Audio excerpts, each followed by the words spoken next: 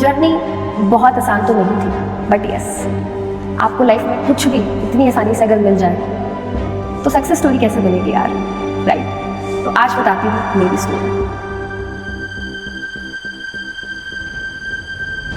जैसा कि मैंने कहा, एक छोटे से गांव से बिलोंग करती हूँ जहाँ पे लड़कियों को पढ़ा तो दिया जाता है बट काम करने की आज़ादी आज भी नहीं। अब ये तो मुझे समझ आ गया था कि लाइफ में कुछ करना है तो पढ़ाई तो करनी पड़ेगी, घर से बाहर तो निकलना पड़ेगा। और मुझे ये बात समझ आई जब मैं क्लास 10th में हुई।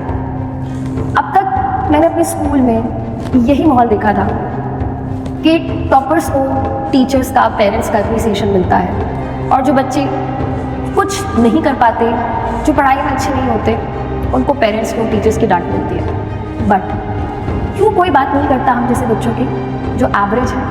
ना उनको डांट पड़ रही है, ना ही उनको अप्रिसिएशन मिल रहा है, ना ही उनको साथ मिल रहा है, ना ही उनको मोटिवेशन मिल रहा है। क्यों नहीं कर रहा कोई उनके बारे में बात? सपने वो भी देखते हैं, कर वो भी बहुत कुछ सकते हैं, और सबसे बड़ी प्रॉब्लम ये है कि हमसे तो कोई उम्मीदें ही नहीं रखी जाती।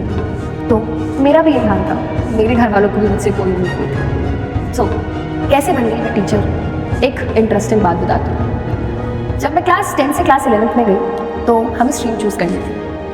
तो एज यूजुअल मैंने बड़े भैया दीदी से बात करी, मैंने काफ़ी लोगों से बात करी। हर किसी ने मुझसे यही पूछा, क्या बनना चाहते हो? उसी हिसाब से तो स्ट्रीम लोगे।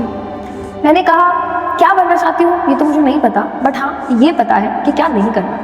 और मैं बहुत ही प्राउडली बोलती थी, टीचर नहीं बनूंगी, कभी नहीं बनूंगी टीचर। और जब भी कोई मुझसे पूछता था क्यों, तो मैं ये बोलती थी, टीचर्स इतने खड़ूस होते हैं, वो हमें डांटते हैं, हमारी बात नहीं सुनते, हमारी फीलिंग्स को नहीं समझते, तो मुझे तो नहीं बनना टीचर, क्योंकि मेरे को तो बचपन में बहुत डांट पड़ी है टीचर से। तो I never wanted to be a teacher. But हाँ, कुछ ना कुछ तो चूज़ करना था, तो मैंने चूज़ कर लिया PCMB, physics, chemistry, mathematics, biology, सब मेरी मेन सब्जेक्ट्स थे। सब्जेक्ट अच्छे लगते थे बट समझ इतना अच्छे से कुछ नहीं आता था, क्योंकि टीचर्स अपने ही तरीके से पढ़ाते थे। अब जैसे तैसे करके क्लास 12th कंप्लीट करी, और अब मेरा मन था या तो मैं बायोटेक करूँगी या फिर मैं करूँगी BSc ज़ूलॉजी, क्योंकि वो अच्छे से समझ आती थी। बट बोलते हैं ना, God's plan is always greater than our plans. तो मेरे साथ भी यही हुआ। मैं लेट हो गई और मुझे एडमिशन नहीं मिल पाया, और हार के मुझे एक ऐसा कोर्स करना पड़ा जो मुझे बिल्कुल नहीं पसंद था, जो मैं करना ही नहीं चाहती थी। घर के पास के एक दिल्ली यूनिवर्सिटी के कॉलेज में मैंने एडमिशन ले लिया इन BSc बॉटनी। ग्रेजुएशन कंप्लीट हुई, MSc बॉटनी कंप्लीट करी। अब रिजल्ट आना पेंडिंग था, तो अब मैंने सोचा घर में तो नहीं बैठ सकते, नहीं तो घर वाले घर पे ही बिठा दें। तो मैंने रैंडमली ऐसे ही एक जगह पे अप्लाई कर दिया for the post of doubt faculty. कुछ महीने मैंने एज ए डाउट फैकल्टी काम किया, और मैंने ये सोचा कि तो टेम्परेरी है, आगे चल के PhD की तैयारी करूँगी और PhD करूँगी। बट डाउट सॉल्व करते करते मुझे कब मज़ा आने लग गया बच्चों को पढ़ाने में, मुझे पता ही नहीं चला। और इसके बाद आ गया कोविड, और आई एंटर टू फिजिक्स वाला। फिजिक्स वाला में मैंने सबसे पहले जब ज्वाइन किया था तो एक बहुत ही छोटे से सब्जेक्ट मैटर एक्सपर्ट की तरह मैंने ज्वाइन किया। हमारे यहाँ के नीट के टीचर्स का DPP बनाना, टेस्ट बनाना, उनके DPP के सॉल्यूशन बनाने का काम करती थी, उनकी PPTs बनाती थी। और जब भी उनको देखती थी वो कैमरे के सामने जा रहे हैं, लाखों बच्चे उनको प्यार कर रहे हैं, वो चीज़ मुझे बहुत फैसिनेट करती थी, मुझे बहुत अच्छा लगता था, क्योंकि मैंने बचपन में बहुत सारे स्टेज परफॉर्मेंसेज दिए थे। तो हाँ, कैमरा को फेस करने में कॉन्फिडेंस तो मुझे था। तो मैंने भी एक दिन अलग सर को जाके कहा कि सर आप प्लीज़ मुझे भी अपॉर्चुनिटी दीजिए। तो सर ने कहा कि मैम हम अपना फाउंडेशन का विंग स्टार्ट कर रहे हैं, आप डेमो बना के दो। मैंने डेमो बना के दिया और वो डेमो हो गया रिजेक्ट। I failed. मैंने कहा चलो कोई नहीं, मैं चुपचाप अपना काम करती रही 1-1.5 महीने। फिर दोबारा से एक रिक्वायरमेंट आई, मुझे कॉल आया कि ma'am we are looking for a biology teacher, आप इंटरेस्टेड हो क्या? मैंने कहा हाँ जी। मैंने दोबारा से डेमो बनाया, और इस बार मुझे कुछ और चेंजेस करने को कहा गया। मैंने तीसरा डेमो बनाया, अपना 100% दिया, अपना बेस्ट दिया, और फाइनली मेरा डेमो हो गया select, and I was selected as a biology faculty. आज मुझे 5 साल हो गए हैं फील्ड में, और मैं क्या हूँ?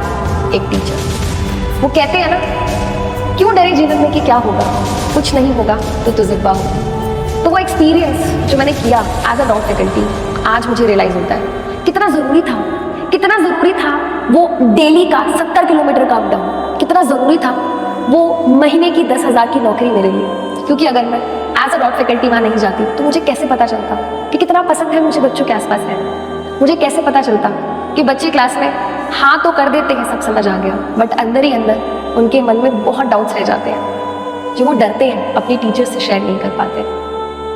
कितनी बातें बच्चे बोलना चाहते हैं अपने टीचर्स को, अपने बड़ों को, बट वो नहीं बोल पाते क्योंकि आज भी एक बहुत बड़ा गैप है स्टूडेंट्स के और टीचर्स के बीच में, और इस गैप को मैं फिल नहीं करना चाहती, इस गैप को मैं ख़त्म करना चाहती हूँ। तो क्या होगा इस चैनल पे? टॉपर हो, मेरे जैसे एवरेज हो, मैं तो नहीं मानती, बट अगर तुम्हें कभी किसी ने कहा है कि तुम फेलियर हो तो सबकी बातें इग्नोर करो, मैं तुम्हारा साथ दूंगी, साथ आगे बढ़ेंगे, कॉन्सेप्ट्स को पढ़ेंगे, कॉन्सेप्ट्स को समझेंगे, कॉन्सेप्ट्स को फील करेंगे।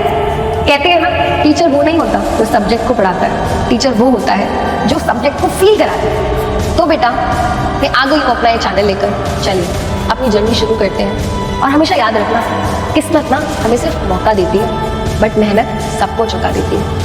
तो आज प्रॉमिस करो खुद को और मुझे कि साथ मिलकर मेहनत करो। तो ये थी मेरी story, an accidental teacher, your Samriddhi ma'am, signing off.